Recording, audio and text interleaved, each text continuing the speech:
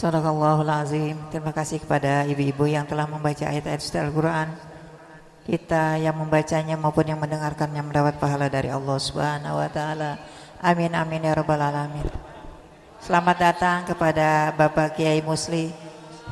Kami persilakan untuk istirahat sejenak.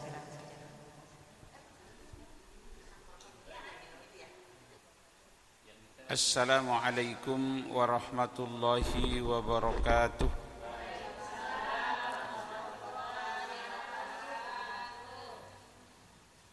Alhamdulillahi rabbil alamin. Wassalatu wassalamu ala sayyidil mursalin wa ala alihi wa sahbihi ajma'in. Subhanaka la ilma lana illa ma 'allamtana innaka antal alimul hakim.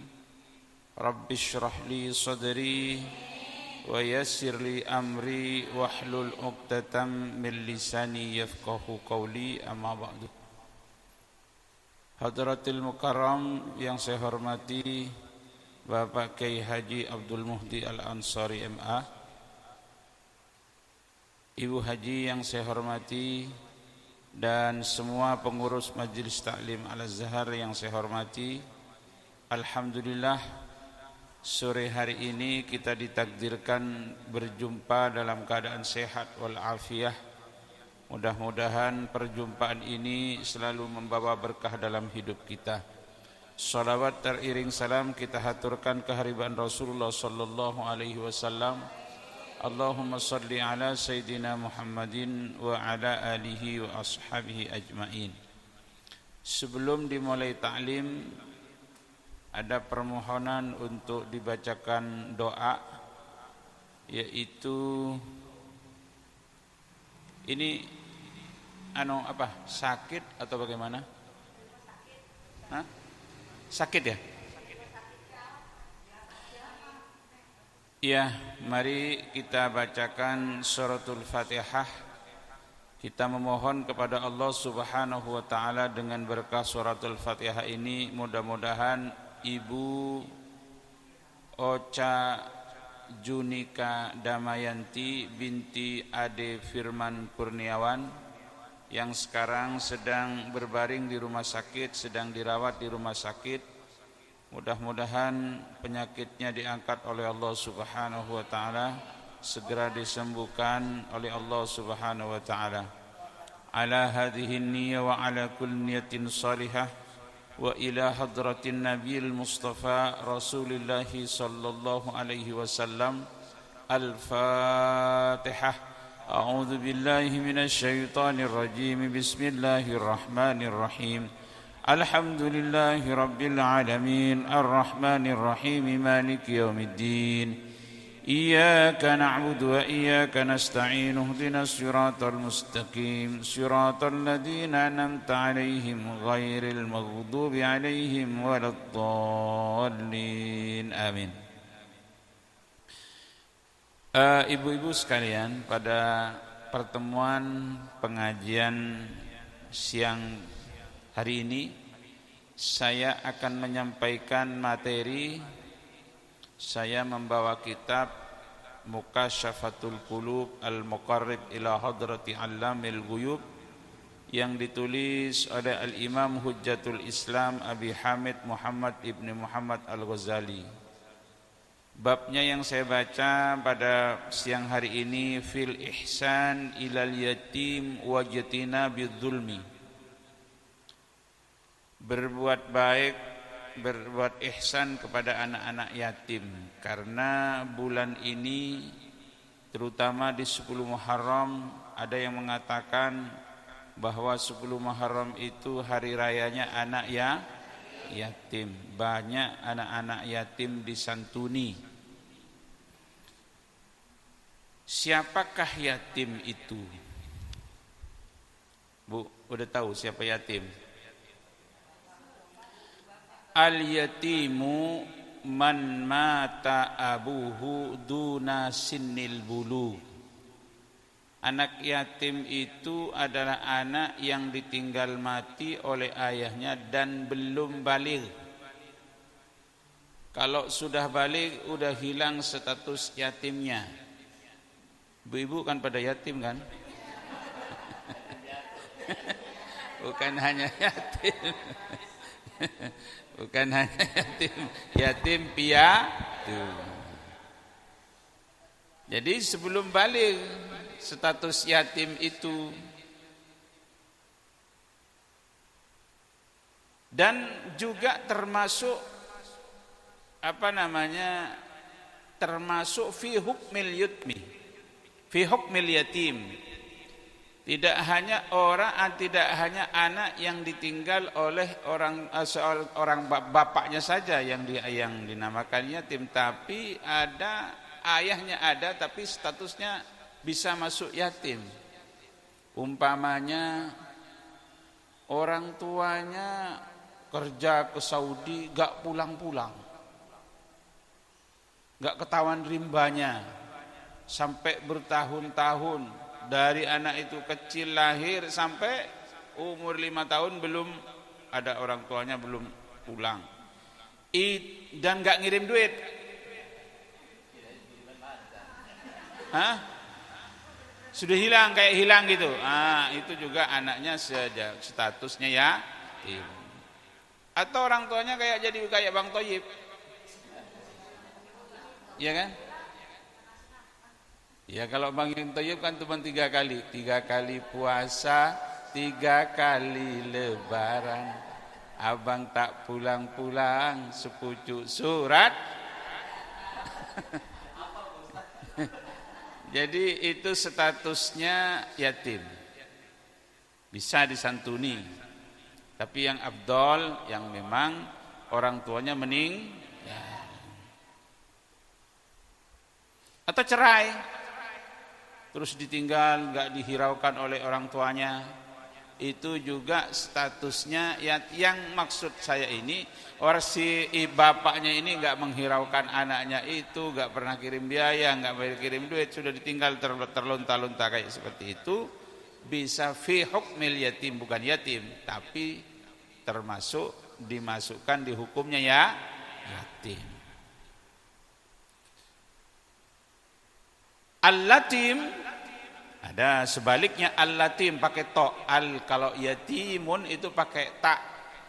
Sekarang al-latimu man matat ummuhu duna sinnil bulugh, adalah seorang anak yang ditinggal oleh ibunya dan belum balik. Bukan yatim tapi latim. Ibu,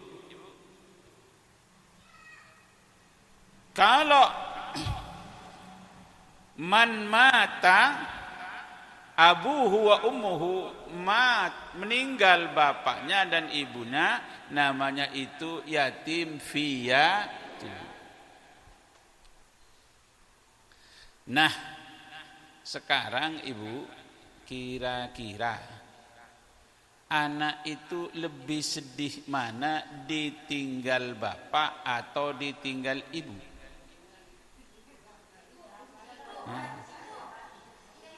Hah? Nah, ditinggal ibu. Yang kedua pertanyaan saya, anak itu lebih mendapatkan perhatian dan terawat ditinggal bapak atau ditinggal ibu? Hah? Ditinggal bapak.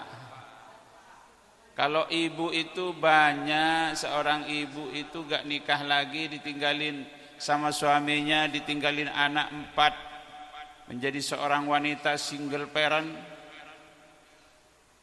udah gak nikah lagi bu, ngurus anaknya itu, dia kerja membesarkan anaknya, itu banyak yang sukses.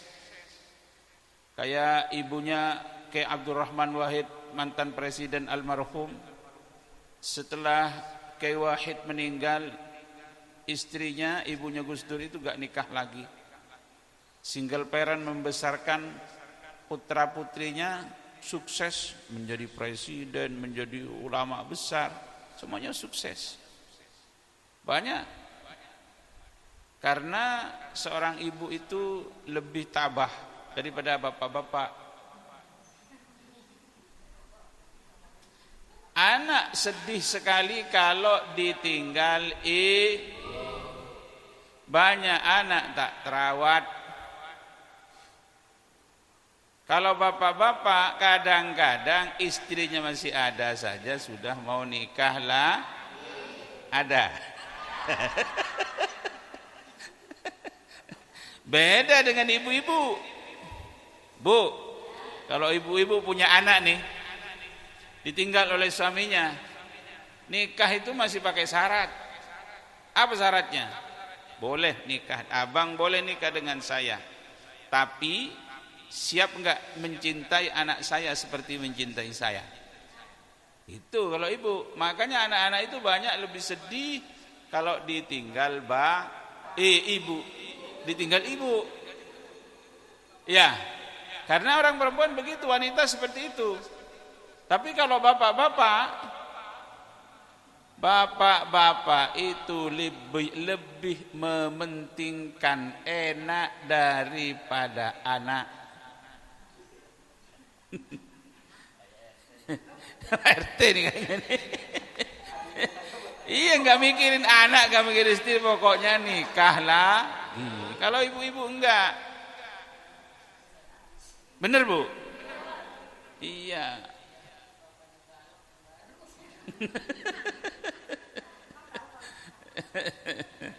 Iya, kalau ibu, kalau bapak-bapak. Tapi anak itu, Bu, sekarang yang kejam itu banyakan ibu tiri atau bapak tiri. Ini dia. Banyakan yang kejam itu bapak tiri atau ibu tiri? Bapak tiri? Enggak, ibu tiri. Kalau bapak lebih pinter ngurusin anaknya orang daripada ngurusin anaknya sendiri. Tapi kalau ibu, sampai ada ibu tiri, ratapan anak tiri. Ya kan? Ibu tiri hanya cinta kepada ayah. Bila ayah di sampingku, dan tapi bila ayah pergi, nista dan jicat. Aduhai,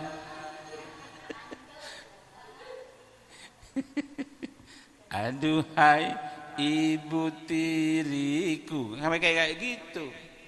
Makanya banyak terjadi itu.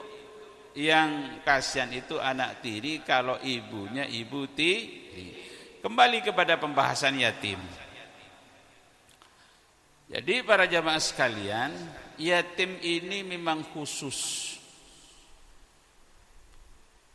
Luar biasa pahalanya seseorang yang menanggung nasib anak yatim.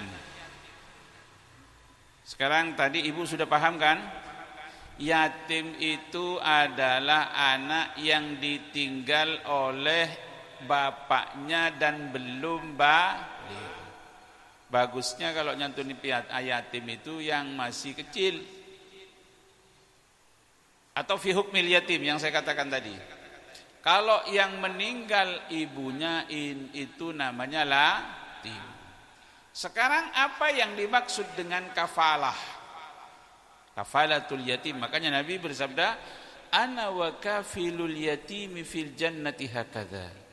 Saya nanti dengan orang-orang yang menanggung nasib anak yatim, posisinya di surga, nanti surga kelas surganya akan berdampingan dengan saya seperti telunjuk ini dengan jari tengah ini. Ini menunjukkan apa, Bu? Menunjukkan apa? Dekat dengan Nabi.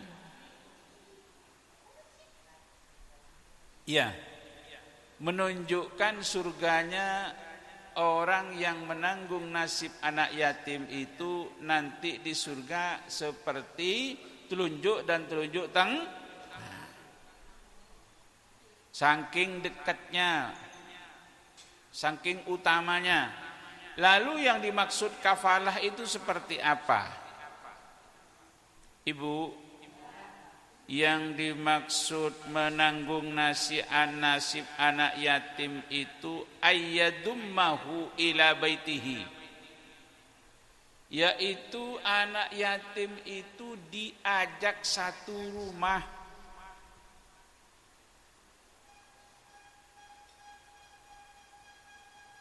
Paham, Bu? Anak yatim itu diangkat jadi anaknya sendiri di rumah. Umpamanya punya saudara ditinggal oleh punya saudara meninggal ayahnya, punya paman meninggal, pamannya meninggalkan anak, atau sepupunya atau tetangganya. Anak itu diangkat, ditaruh di rumah, diperlakukan dengan baik seperti anaknya sendiri. Seperti apa memperlakukan anak yatim seperti anak sendiri? Ya, kalau perlu ihsan. Ibu, kalau perlu lebih baik daripada untuk anaknya sendiri. Seperti bagaimana Abu Thalib mengangkat anaknya Rasul sallallahu alaihi wasallam. Istrinya Abu Thalib yang bernama Fatimah, Abu Thalib itu memperlakukan Nabi lebih dari putra-putrinya sendiri. Begitu juga anak yatim yang ada di rumah kita, lebih diperlakukan daripada anak sendiri. Umpamanya anak makannya sama, minimal sama. Jangan anak kita makannya empal gentong lagi. Giliran yatimnya makannya tempe, kan asin. Anak kita dikasih udang yang gede-gede itu, anak yatim dikasih tahu. Kasihan kan? Nah, kalau seperti itu yang dimaksud kafalah dalam satu rumah. Makanya dikatakan oleh Rasul sallallahu alaihi wasallam, khairul buyut alladzi fihi yatim yuhsanu ilaih. Sebaik-baiknya rumah itu adalah rumah yang dimana di rumah itu ada anak yatim diperlakukan dengan ihsan, dengan baik. Bukan sebaik-baiknya rumah itu orang yang tahajud di rumah terus, qiyamul lail di rumah itu, bukan. Rumah yang baik itu bukan rumah yang mewah, lampunya dari Itali, marmernya dari lampunya dari Belgia, ininya dari Itali, semua peralatan luar negeri, kristal mahal-mahal, bukan itu. Sebaik-baiknya rumah adalah di rumah itu berumah itu menjadi rumah yang penuh berkah, di mana anak yatim diperlakukan dengan baik. Atau anak yatim dibangunkan sebuah bangunan yang dikatakan panti, ya. Di situ anak yatim diperlakukan dengan baik, sama dengan di rumah kalau seperti itu. Tapi saya ini kurang setuju kalau dinamakan panti, Bu. Panti asuhan yatim piatu. Saya kurang setuju itu. Kayaknya pelecehan dengan anak yatim. Kan panti itu kan panti pijet. Iya kan? Udah lagi panti pijet plus.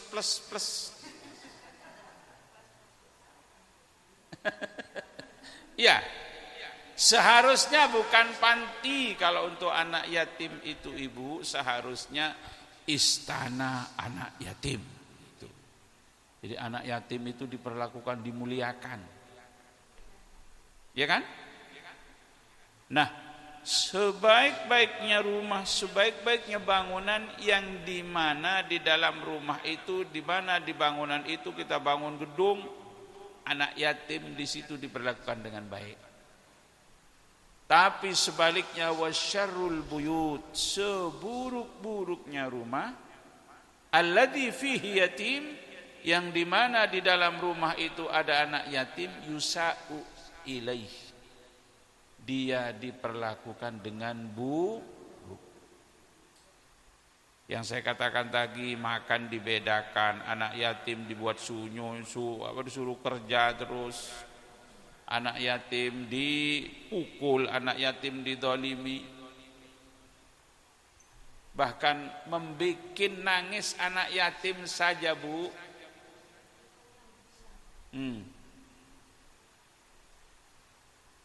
Idza bakal yatim ihtazzal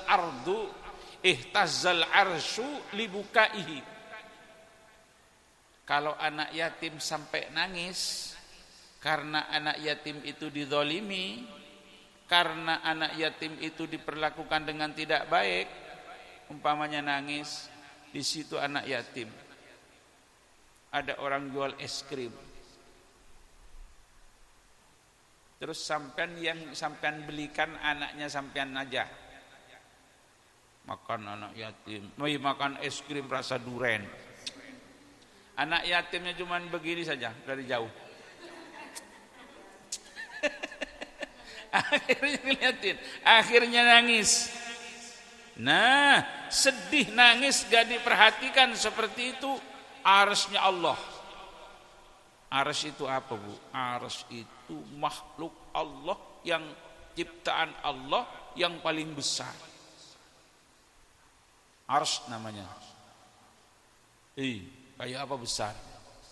Diumpamakan oleh Rasul sallallahu alaihi wasallam, umpamanya kita pakai gelang tangan, ada pakai gelang tangan, ada yang pakai keroncong. Coba gini. Ada yang pakai gelang tangan, lalu gelang itu dilemparkan ke padang pasir. Gelang tangan itu adalah planet bumi ini, padang pasir yang luas itu adalah arsy-nya Allah, begitu besarnya. Tapi ketika ada anak yatim didolimi, dibuat nangis, diperlakukan tidak baik, nangis dia, itu makhluk yang begitu besar bergetar. Ihtazza arsyur rahman. Idza bakal yatim, apabila anak yatim itu nangis karena didolimi, karena diperlakukan tidak baik, bergetar itu arsy karena nangisnya anak yatim. Makanya yang paling bagus itu membikin bahagia anak yatim. Nah, itu yang dimaksud kafalah. Menanggung kafalah itu, Bu, menanggung nasibnya. Tingkatan yang kedua, kalau kita tidak bisa satu rumah, mungkin istri kita nggak suka, nggak mau capek, ya. Mungkin kalau taruh di rumah nanti berantem dengan anak kita, yang namanya anak-anak namanya, daripada nanti kita bikin anak yatim itu nangis, bahaya. Lebih baik kita taruh di pesantren, kita biayai, hidupnya semuanya biayai, uang, pokoknya biaya hidupnya kita biayai, pakaiannya kita tanggung. Itu tingkatan yang kedua. Tingkatan yang ketiga ya spontanitas, seperti kalau ada momen-momen maulid, momen Muharram, itu dikasih santunan. Itu bukan termasuk kafalah, Bu, yang kayak begitu. Bukan termasuk kafalah. Kafalah itu menanggung nasibnya anak yatim. Yaitu termasuk sedekah untuk anak yatim.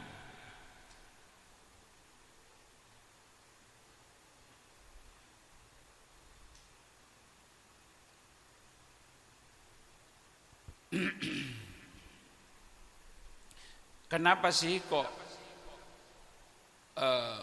berbuat baik kepada anak yatim itu begitu besar pahalanya, sampai nanti dijanjikan surga dekat dengan Rasul? Sampai ada seorang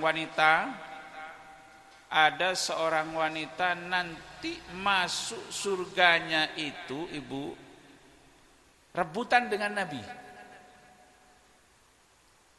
Jadi ada seorang yang mau mendahului Nabi masuk surga. Kan pintu surga itu yang megang kuncinya adalah Nabi Muhammad, Bu, ya.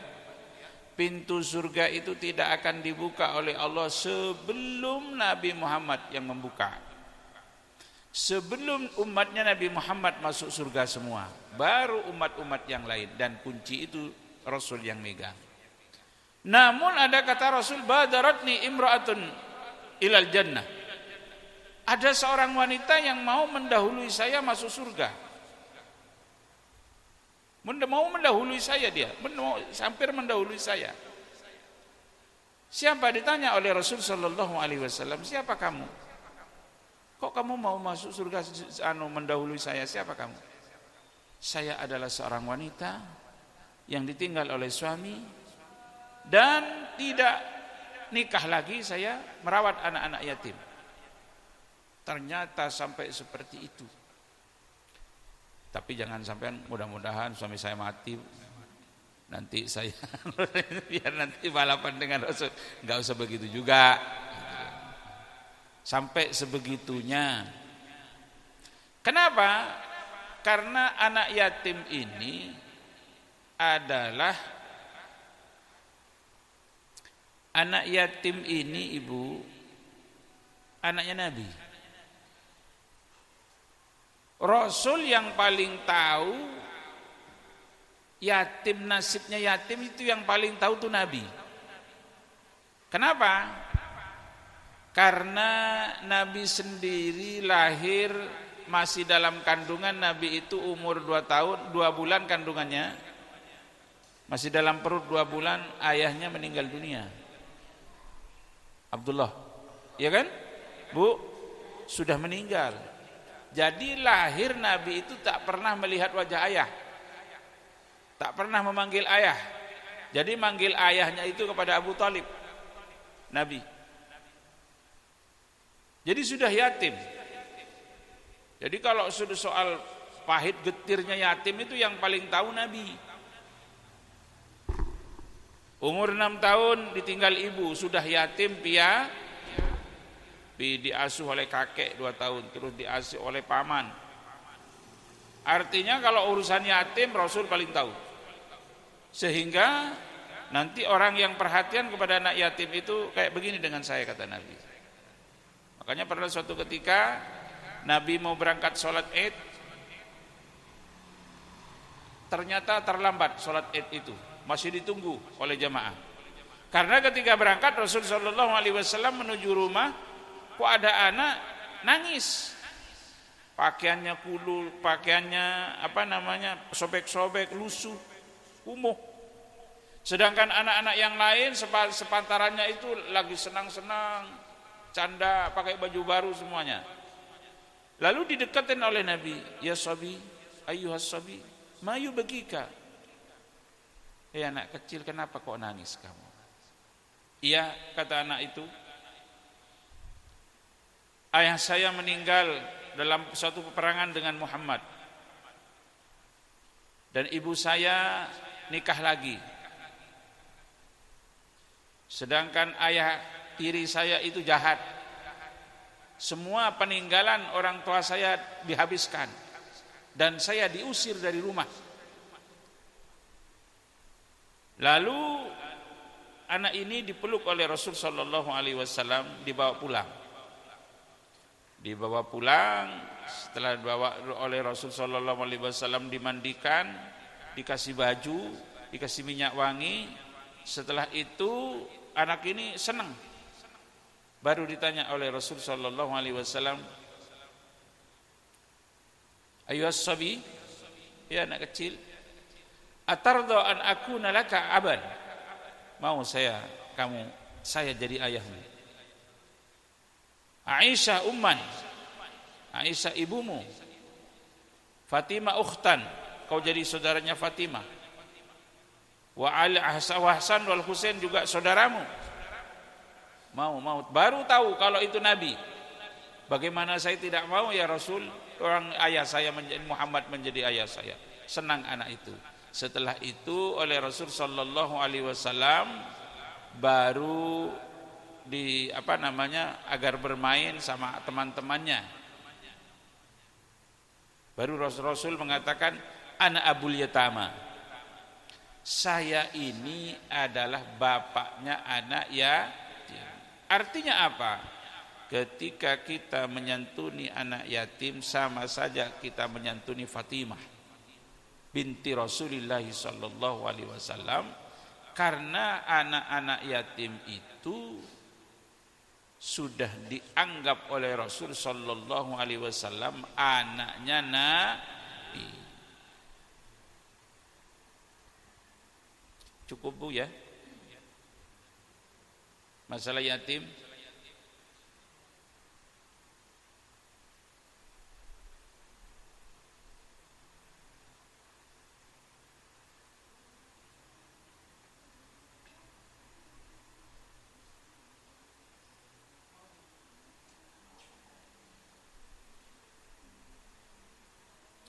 Makanya para jamaah sekalian, pendusta agama itu, Bu, pendusta agama itu bukan orang yang tidak bangun masjid. Pendusta agama itu bukan orang yang tidak umroh. Pendusta agama itu bukan orang yang tidak puasa Senin Kemis dan tidak sholat tahajud. Pendusta agama itu adalah ara'aitalladzi fadzalikal-ladzi yad'ul yatim. Ara'aitalladzi yukadzibu biddin. Tahukah engkau siapa itu pendusta-pendusta agama? Ara'aitalladzi yukadzibu biddin fadzalikal-ladzi yad'ul adalah mereka orang-orang yang melantarkan nasib anak yatim.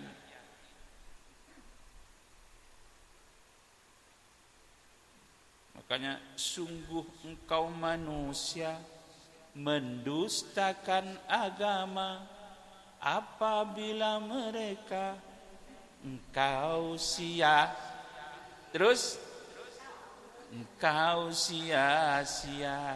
La la la la. Ayo. La la la la la la. La la la la la. Yatim piatu malang nasibmu. Semoga Tuhan selalu melimpahkan rahmatnya padamu. Amin Allah.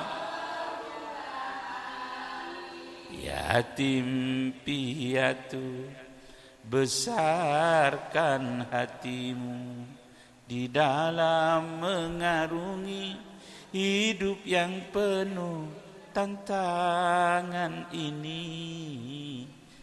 Amin.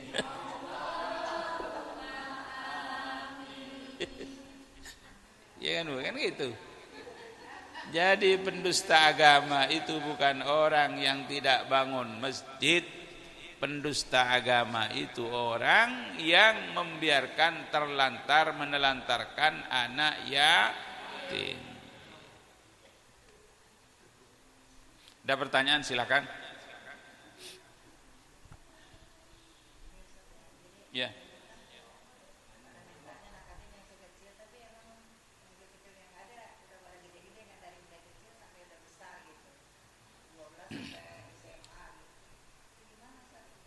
Iya. Minta yang kecil-kecil pada nggak ada.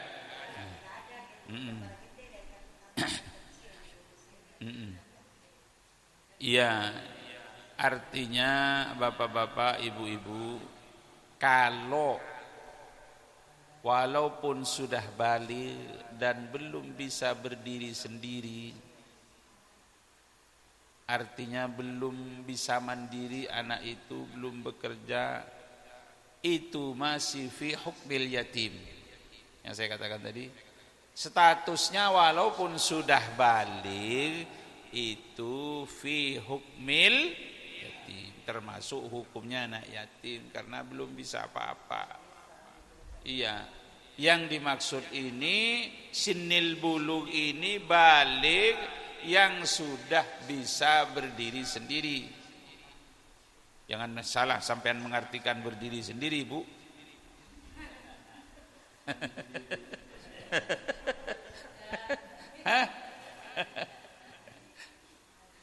Maksudnya yang sudah bisa mandi. Kok ada anak yatim sudah umur 17 masih nggak bisa apa-apa, masih nggak bisa cari kerja, hidupnya masih sebuah ketergantungan, susah. Apalagi era seperti ini cari kerja susah banget ya, itu masih fi hukmil yatim. Bagaimana Pak Ustadz kalau saya punya anak 2 ini, bapak ibu udah nggak ada, masih fi hukmil yatim? Itu fi hukmil miskin. Ya, apa yang ditanyain?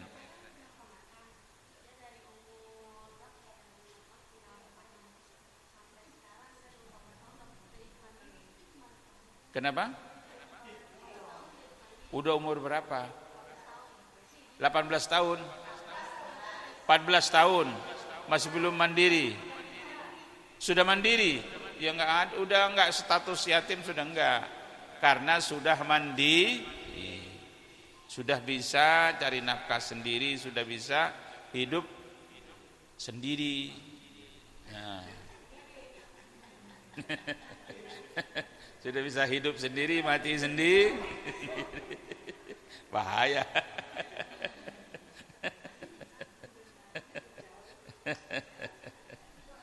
Ibu, ada yang bertanya lagi, silakan.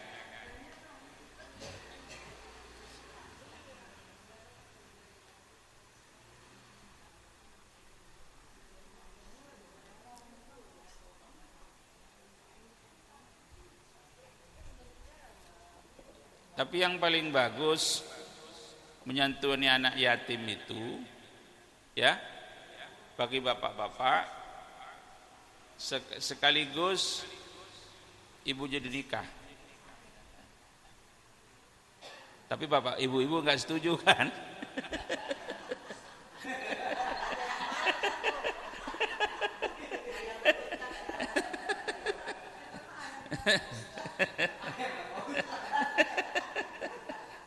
Iya kan? Iya. Umpamanya disiapin rumah, ya kan? Disiapin rumah, anaknya di situ, ibunya sekali nikah. Itu yang terbaik. Tapi kan ibu iya. Saya pernah ceramah seperti itu di alur laut, setelah itu saya disidang sama ibu-ibu, sidang saya. Pak Ustadz ceramah tapi nggak usah pakai apa namanya hukum-hukum seperti itu. Mana ada yang terbaik itu menikahin ibunya dan sekaligus dibeli menikahin ibunya dan nyantuni anaknya. Gak usah ceramah-ceramah yang begitu-begitu katanya. Ya. Santunan anak yatim Muharram di alur laut. Di sidang saya di sana. Nggak boleh pulang sebelum dikeruputin begini saya.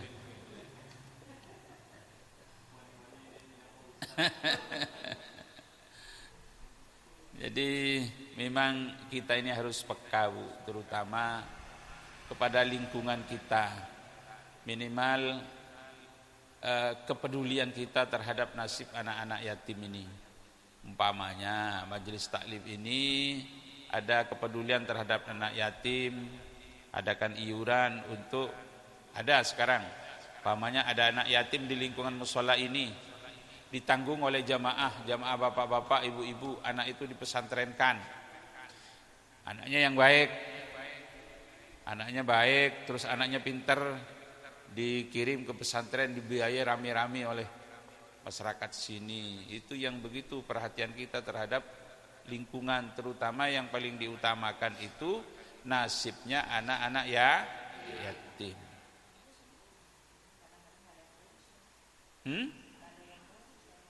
Ya.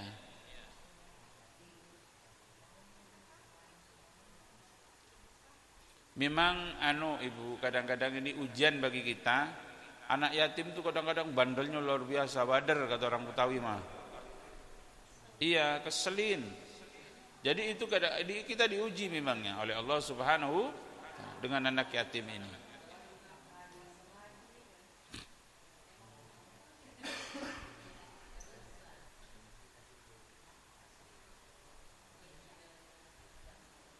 Cukup ya?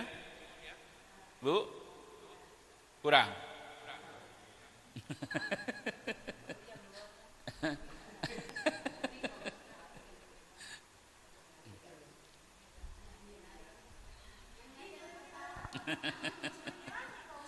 Kenapa?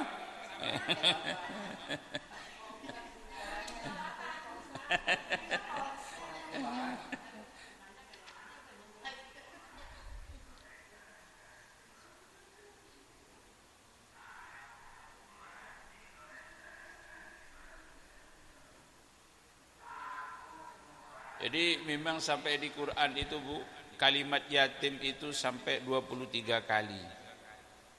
Benar-benar Quran itu Allah Subhanahu wa taala sangat konsen sekali perhatiannya agar kita ini benar-benar memperhatikan terhadap nasib anak yatim.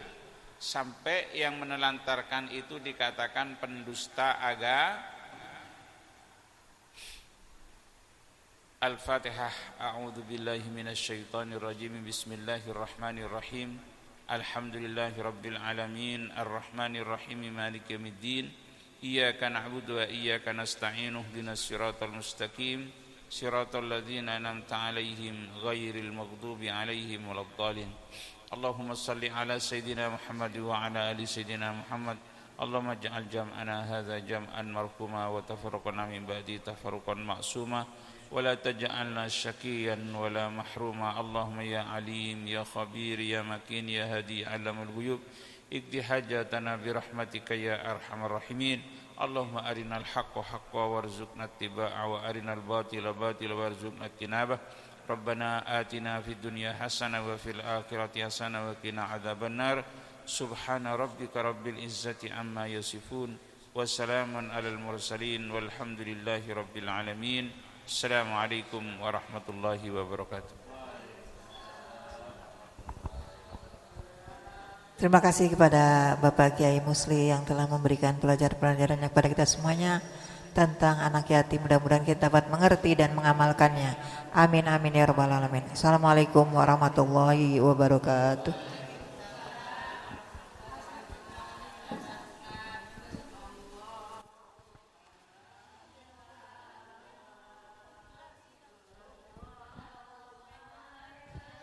Salam sallallahu ala Muhammad sallallahu